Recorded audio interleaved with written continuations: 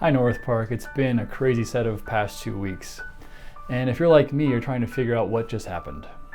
COVID-19 has spread through the population very quickly and disrupted our lives.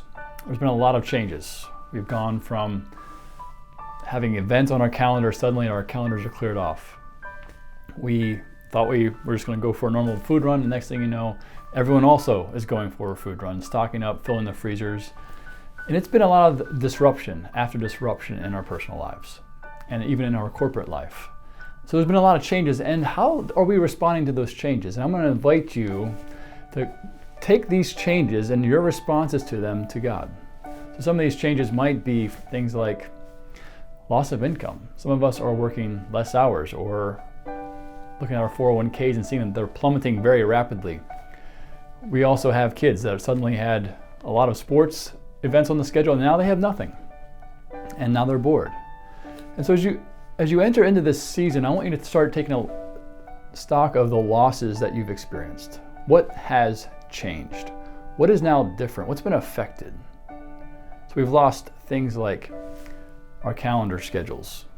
We've also had to change how we relate to each other. We have to communicate now over the distance, over this very technology, instead of being in person, which I much prefer. So we've had all these changes, and then we have how we're feeling about those changes. So some of us are sad about the things we no longer got to do. We had some really fun things on the calendar. Now we're disappointed that they don't get to happen. Some of us are terrified. There's money that was in our 401k, now it's gone. Some of us are working through anger that everyone else is making this problem so much bigger than it really is. And so we all have different emotional experiences, and I want you to process what kind of emotions are going on. How are you responding to the things that have been brought about by the changes from the state, the government, but also your own personal life? And here's what I want you to do with those. I want you to take those to God. Some of you might be scared of acknowledging what emotions are inside.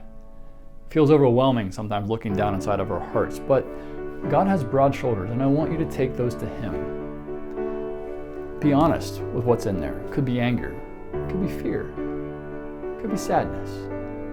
Whatever it is, I encourage you to take that to God in prayer and let Him carry it for you. You can't carry that alone. But here's what I want you to do as well. Having given your situation over to God, having looked at the places that have changed so rapidly for us and how it's affecting you, and take that to Him, let Him have it, I want you to then process, what is God calling you to now? What is the new thing? You see, we often make all kinds of excuses like, oh, if I had more time, I would spend more time reading books, or I would develop this other skill that I used to do when I was younger. I used to draw, or I used to play an instrument, but I've just let it languish in the past couple of years. Well, if you're like me and your schedule is just freed up for the next 2 weeks, you've got all kinds of time on your hands. How are you going to fill that? You could devote more time to prayer. The sports that used to be always on TV, always having a game, are no longer there. What will you do? Is there studies to give yourself to? Are there books to read that you have been waiting to read for a long time? How will you invest this time? Perhaps it's in relationships. You'll be at home with your family. How will you spend time with your family? Be connecting with your spouse, your children. How to shepherd them through this time. So I'm going to invite you to do some work on that too. Asking God, what is the thing that He would have you give yourself to now? If you're like me, you're shocked that you had to give up so much so quickly. But now you've got something. And that's a gift too. There's time. And how will you spend that time? I want you to take it to Him. And here's what I want you to do. Some of you are just going to simply say, God, what would you have me do? And you're not going to hear a whole lot, and you're going to move right on. You have the time. I want you to sit and wait until you hear from God. What would He have you do?